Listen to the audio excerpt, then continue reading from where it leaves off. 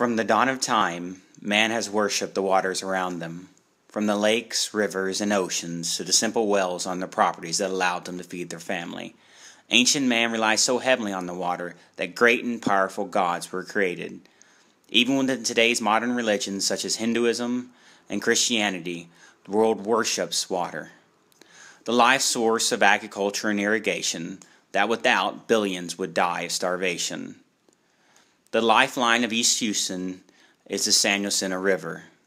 However, that river has a dark secret, rendering both the fish and crustaceans unedible and the water unfit for human consumption.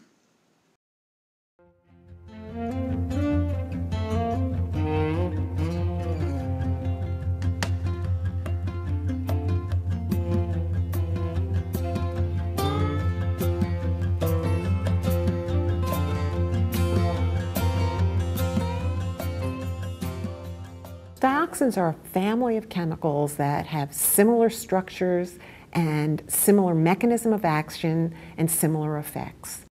Dioxins are extremely persistent chemicals. Because of their structure, they're resistant to both physical and biological degradation.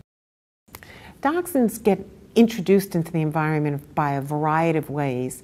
Either they're directly discharged into water, and then what happens when it gets into water is dioxins are sticky molecules. They don't like water very well. They'd rather be in fatty tissues or fatty material, and they'll bind to particles, settle out into the sediment.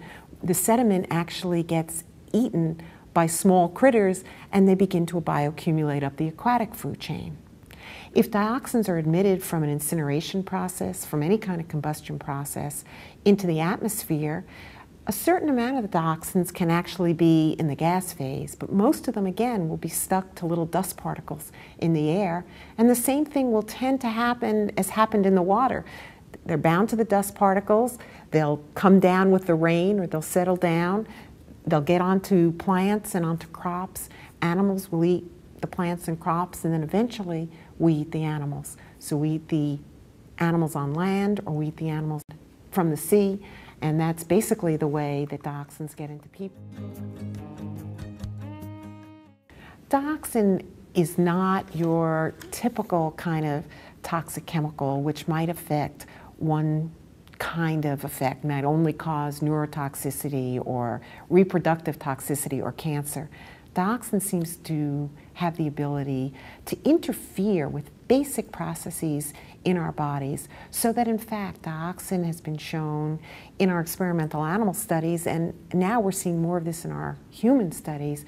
Dioxin has been shown not only to cause cancer, but to cause effects on the skin, to cause effects on the gastrointestinal system, to cause effects on the reproductive system, on the immune system, on the cardiovascular system, on the endocrine system, and on the nervous system as well.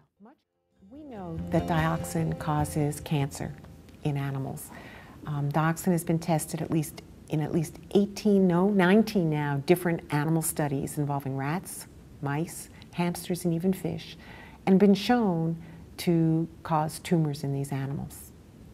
We now have a number of human studies, also studies of populations who had high exposure to dioxin, and these studies lead us to conclude that dioxin does have the ability to cause cancer in people. In 1964, the International Paper Company, along with Waste Management, began using our river as a waste pit. Both in 2005 and after the devastation caused by Hurricane Ike, the cap that held back the carcinogen known as dioxin was damaged, causing record amounts of dioxin to be released into the water. Due to these events, harmful levels of dioxin have been spread as far north as Highway 90 and as far south as the Gulf of Mexico. So what has our Texas government done for us? Recently, a new bill was introduced to the 84th Texas legislature. House Bill 1794, if passed, will allow a cap to be put on the maximum punishment placed upon companies in violation of the Environmental Protection Agency's regulations.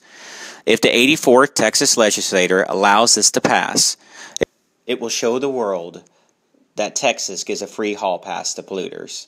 Because of local pressure, Texas House members are scared to go after these companies that have caused surrounding residents countless medical issues and premature deaths. The 84th legislators must not allow the House Bill 1794 to pass. How long will the water remain polluted that generations after will pay for the sins of the generations before?